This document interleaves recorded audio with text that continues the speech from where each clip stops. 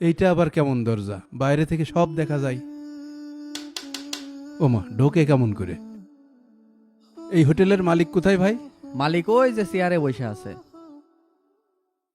আপনাকে অনেক ধন্যবাদ আমাকে এই গার্ডের চাকরিটা দেওয়ার জন্যে। স্যার, বাড়ি থেকে আসার সময় আপনার জন্য এই মিষ্টিটা নিয়ে আসলাম। আমাদের এলাকার বিখ্যাত মিষ্টি। তাই নাকি? আপনি আবার এগুলো করতে গেলেন কেন?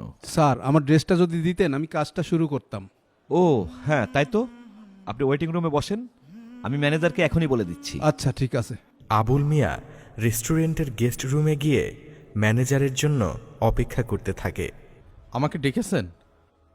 হ্যাঁ, একজন নতুন সিকিউরিটি গার্ড এসছে, ওয়েটিং রুমে অপেক্ষা করছে। ওকে ওর ড্রেসটা বুঝিয়ে দাও। জি স্যার।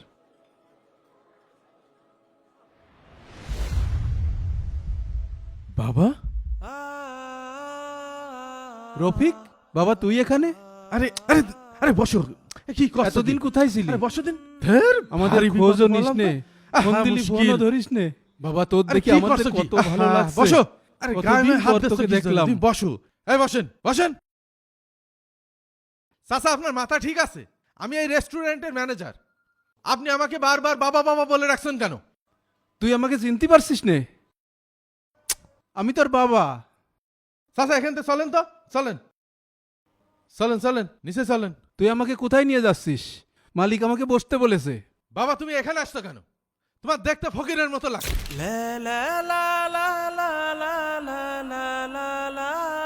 আর সবার সামনে তুমি আমাকে বাপ বাপ বলে ডাকছো। তোমার জন্য আমার স্ট্যাটাস কত নিচু হয়ে গেছে জানো? স্ট্যাটাস আবার কি? তুই আমার ছেলে আর আমি তোর পরিচয় দেব না? এসব কি বলিস তুই? তোমার পরিচয় এখন আর আমার প্রয়োজন নেই। আমার কপালটাই খারাপ ছিল, যার কারণে তোমার মতন ফকিরের ঘরে আমি জন্ম নিয়েছিলাম। কি? আমি ফকির? তুই আমাকে এইভাবে বলতে পারলি বাবা? আমার কোনো চাহিদা তুমি পূরণ করতে পারোনি। আমি নিজে নিজে কষ্ট করে এই পর্যন্ত এসেছি। এখন বলো তুমি কি জন্য এসেছো? তুই তো আমাদের খাওয়ানোর ভয়ে তোর বউয়ের কথা মতো ঢাকায় চলে এসেছিস। আমার সংসার চালাতে কষ্ট হচ্ছিল, বাড়ি চাল নেই, বাজার করার মতো পয়সা নেই। তাই তো একটা কাজের জন্য আমি এখানে এসেছি। এই রেস্টুরেন্টের মালিক আমাকে একটা সিকিউরিটি গার্ডের চাকরি দিয়েছে। তুমি এই রেস্টুরেন্টে সিকিউরিটি গার্ডে চাকরি নিয়েছো? তুমি এখানে চাকরি নিলে আমার মান সম্মান বলে কিচ্ছু থাকবে না। তুমি এখনই গ্রামে চলে যাও। না, আমি যাব না। আমি এখানেই চাকরি করব। তুই তো তোর নিজের স্বার্থ দেখে গ্রাম ছেড়ে ঢাকায় এসে রইছিস। কোনোদিন খোঁজ খবর নিয়েছিস আমরা বেঁচে আছি না মরে গেছি? আমি অনেক কষ্ট করে খুঁজাখুঁজি করে এই চাকরিটা পেয়েছি। এই চাকরি ছেড়ে আমি যাব না। আমার গ্রামে থেকে লাভ কি? তোমার জমি জমা সব মেয়েদের নামে লিখে দিয়েছো। এখন তোমার খোঁজ খবর আমি কি জন্য নেব? তোমার জন্য আমার মান সম্মান সব মাটিতে মিশে গেল। তুমি কি চাও তোমার জন্য আমার মান সম্মান সব মাটিতে মিশে যাক? হায় রে সন্তান, আমার জীবনের চেয়ে তোর মান সম্মান বড় হয়ে গেল।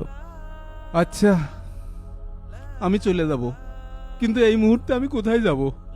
তুমি এখন কোথায় যাবা তা আমি কিভাবে বলবো? আচ্ছা বাপ, আমি চলে যাব। আজকের দিনটা আমি তোর বাসায় থাকি, কাল সকালে উঠেই আমি গ্রামে চলে যাব। অসম্ভব। তোমাকে বাবা আমি বাড়িতে থাকতে দিতে পারবো না। তোমার বৌমা যদি জানতে পারে তুমি ঢাকায় এসেছো আর আমার সাথে দেখা করেছো, তাহলে আমাকে বাড়িতে থাকতে দেবে না। তুমি বাবা এখনই গ্রামে চলে যাও। স্যার, 13 আর 14 তারিখের হিসাবটা বস ওপরে দেখতে চাচ্ছে। আচ্ছা ঠিক আছে, তুমি উপরে যাও, আমি আসছি। স্যার, এই মুরব্বী লোকটা কে? আমি চিনি না, বলছে দুপুরে কিছু খায়নি, তো এখানে খেতে চাচ্ছে। চাচা, আপনি তো ভুল জায়গায় এসেছেন। এখানে তো বড় লোকেরা লাঞ্চ করে। আপনি এক কাজ করেন, আমার কাছে তো বেশি টাকা নাই, এই নেন টাকাটা রাখেন। চাচা, আপনার মাথা ঠিক আছে? আপনি আমাকে বারবার বাবা বাবা বলে রাখছেন কেন? তোমার দেখতে ফকিরের মতো লাগছে। আমার কপালটাই খারাপ ছিল, যার কারণে তোমার মতন ফকিরের ঘরে আমি জন্ম নিয়েছিলাম। ছেলের কাছ থেকে শত লাঞ্ছনা আর অবহেলা পেয়ে আবুল মিয়া অনেক কষ্ট পায়। আবুল মিয়া চিন্তাযুক্ত মাথা নিয়ে হেঁটে চলেন অজানা কোনো এক রাস্তায়। মোট রফিক, ওই বৃদ্ধ লোকটি কোথায়? স্যার, লোকটি বলছিল উনি চাকরি করবে না, এই বলে উনি গ্রামে চলে গেল। তার মানে এ কথা আমাকে না বলে তোমাকে বলবে কেন? আচ্ছা, উনি কি তোমার পরিচিত? তোমার চেহারার সাথে ওনার চেহারার কেমন যেন একটা মিল পাচ্ছি। স্যার কি সব বুঝে ফেললো? উনি কি তোমার বাবা? না স্যার, উনি আমার বাবা হতে যাবে কেন? আমি তো উনাকে চিনিই না। আর আমার বাবা তো বড় বিজনেসম্যান, উনি অনেক আগে মারা গেছে। মিথ্যা বলছো কেন? মিথ্যা বলছি না স্যার, সত্যি স্যার, আমি ওনাকে চিনিই না। চুপ! আর একটা কথা বলবে না। ওই বৃদ্ধ তোমার বাবা, এটা আমি ভালো করে বুঝতে পারছি। আমি তোর কত খুঁজে বেড়াইছি। ম্যানেজারের সাথে কি বৃদ্ধের কোনো পরিচয় আছে? বাবা তোমার পায়ে ধরি, তুমি এখনই গ্রামে না চলে না, যাও। আমি বাবা, গ্রামে বাবা, যাব না। যাও যাও বাবা, আমি যাও। এখানেই চাকরি। মোটামুটি একটা ভালো চাকরি পেয়ে বাবার পরিচয় অস্বীকার করছো। লেখাপড়া করে এই শিখেছো। শোনো, বাবার অর্থ সম্পদ না, বাবা থাকাটাই জরুরি। ভুলে গিয়েছো তোমার বাবা সেই ছেলেবেলা থেকে তোমাকে কত কষ্ট করে মানুষ করেছেন। নিজেরা না খেয়ে কত কষ্ট সহ্য করে তোমাকে খাইয়েছেন। কখনো পারবে এই ঋণ পরিশোধ করতে? আজ আমার বাবা বেঁচে নেই। আমি জানি বাবা না থাকার কি কষ্ট।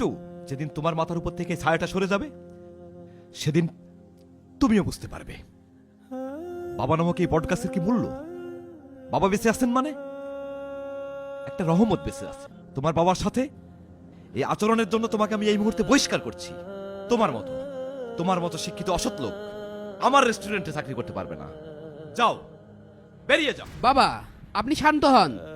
ম্যানেজার সাহেব, বাবা এতক্ষণ যে কথাগুলো বলল অত্যন্ত গুরুত্বপূর্ণ কথা বলেছে। আপনি আমাদের প্রতিষ্ঠানের সবচেয়ে বিশ্বস্ত মানুষ, আপনার কাছ থেকে এইরকম আচরণ আশা করিনি। আপনার জেনে রাখা উচিত, আল্লাহ তাআলা বলেন তোমরা তোমাদের পিতামাতার সাথে সুন্দর ব্যবহার করো, তাদেরকে কষ্ট দিও না। আবুল মিয়া, ভিতরে আসেন।